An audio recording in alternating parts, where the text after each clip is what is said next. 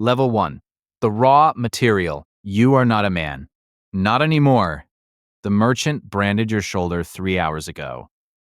The iron was white hot. The smell of your own burning flesh is the last thing you remember from your life as a free man. Now you are standing in the mud of the ludus, the training school. You are a novitius, the lowest form of life in the Roman Empire. A man named the Doctor stands before you.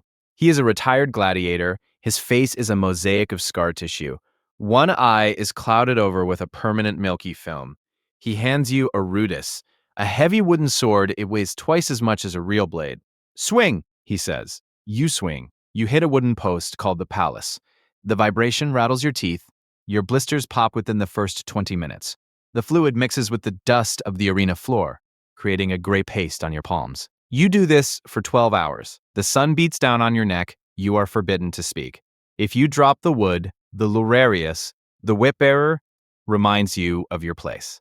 At night, you collapse onto a stone slab. Your muscles scream. Your mind tries to conjure the image of your wife, your home, your village. But the image is fading. The wood has replaced the memory. You are being broken. Like a horse, like a dog. To build a gladiator, they first have to kill the man. Level 2. The barley eater. 6 months have passed. Your body has changed. You are thicker, heavier. They call you a hordarius, a barley eater. Your diet is a scientific formula designed by the lanista, your owner. Every morning, you eat a massive bowl of boiled barley and beans. It's bland, it's heavy, it makes you bloated. But there is a reason for the fat. The doctor explains it while he kicks you in the ribs to see if you'll flinch. Fat protects the vitals, he growls. You are being prepared to bleed for entertainment, but stay alive long enough to finish the show. You start learning the manichae, the arm guards. You learn how to wrap your legs in wool and leather. The gear is restrictive. It chafes until your skin raw. You spend hours in the antoxurium, being rubbed down with cheap oil and sand to keep the muscles supple. You watch the veterans. They don't talk to you. To them, you are a ghost. A temporary resident. You realize your life is now measured in calories and repetitions. You are an investment, and the lanista expects a return. Level 3. The Tiro. The day of your first Munera, the festival of Saturn. You haven't slept. The barracks are silent except for the sound of men praying to gods who stopped listening years ago. A recruit entering his first real combat. They dress you in the gear of a Samnite. A heavy rectangular shield, a feathered helmet, a short straight blade. The helmet is the worst part. It covers your entire face. The eye holes are small. Your peripheral vision vanishes. You can only hear your own frantic breathing. You are led through the tunnel, the vomitorium. The light at the end is blinding. Then the noise. 10,000 people screaming for blood. The smell hits you, incense, roasted meat from the vendors, and the overwhelming stench of the crowd. Across the sand stands another Tiro. He is trembling. You can see his knees shaking under his greaves.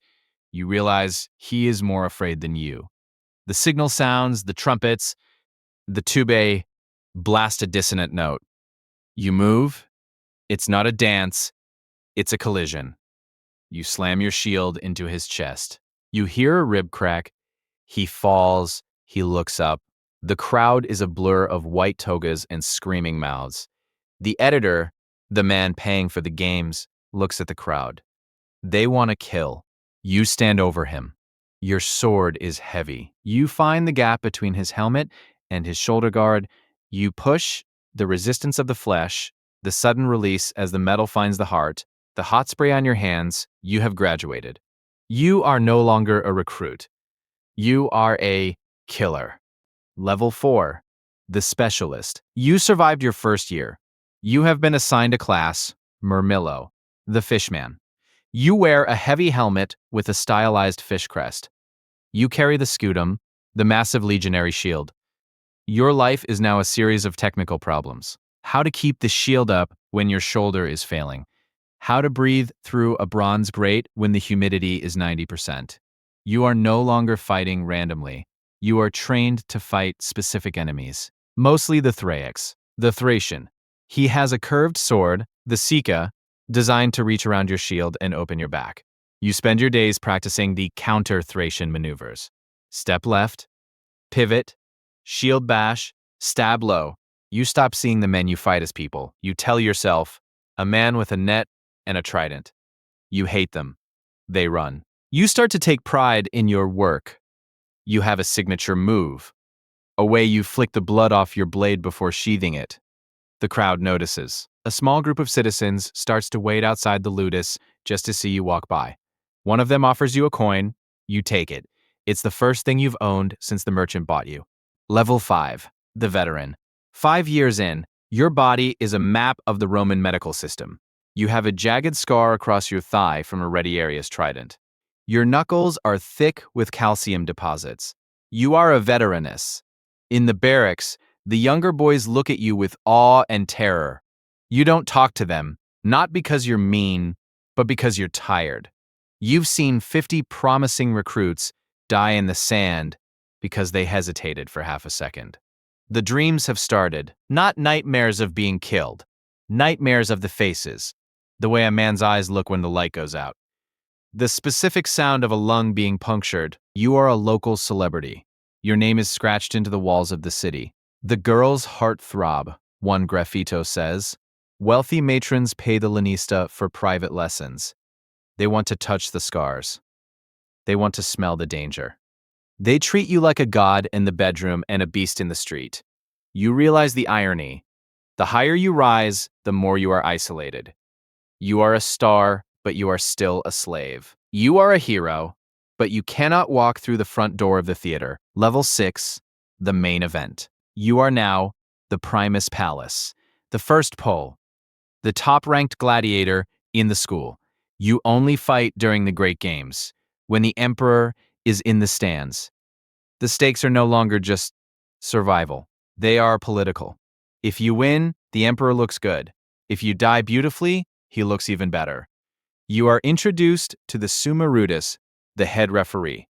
He is a man of immense power. He decides when the fight is boring. You learn the art of the spectaculum. You don't just kill quickly anymore. That's for amateurs. You sell the hits. You let the opponent get a shallow cut on your arm so the blood flows down your chest. The crowd goes wild for the red against the bronze. You draw out the tension. You and your opponent, usually another veteran you've known for years, work together. It's a lethal choreography. You trust him to miss your throat by an inch. He trusts you to hit his shield with enough force to make a satisfying crack for the upper tiers. But the line is thin. One slip of the foot on a patch of wet sand, and the play becomes execution. You live in a state of constant, vibrating adrenaline. You can't eat before a fight. You just vomit bile. Then you walk out and smile for the cameras of the ancient world. Level 7. The Butcher. Something inside you snaps. Maybe it was the 10th friend you had to finish off. Maybe it was the realization that you've killed 24 men for nothing but a branch of palm and a silver bowl. The professionalism turns into a cold, dark void. You stop the choreography. In your next fight, you don't wait for the crowd. You charge. You bypass the shield. You gut the man in 30 seconds. The crowd is shocked. Then they boo.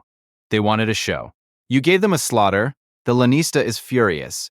He loses money when fights are too short. He punishes you. Not with the whip. You're too valuable for that. He puts you in the Noxie matches.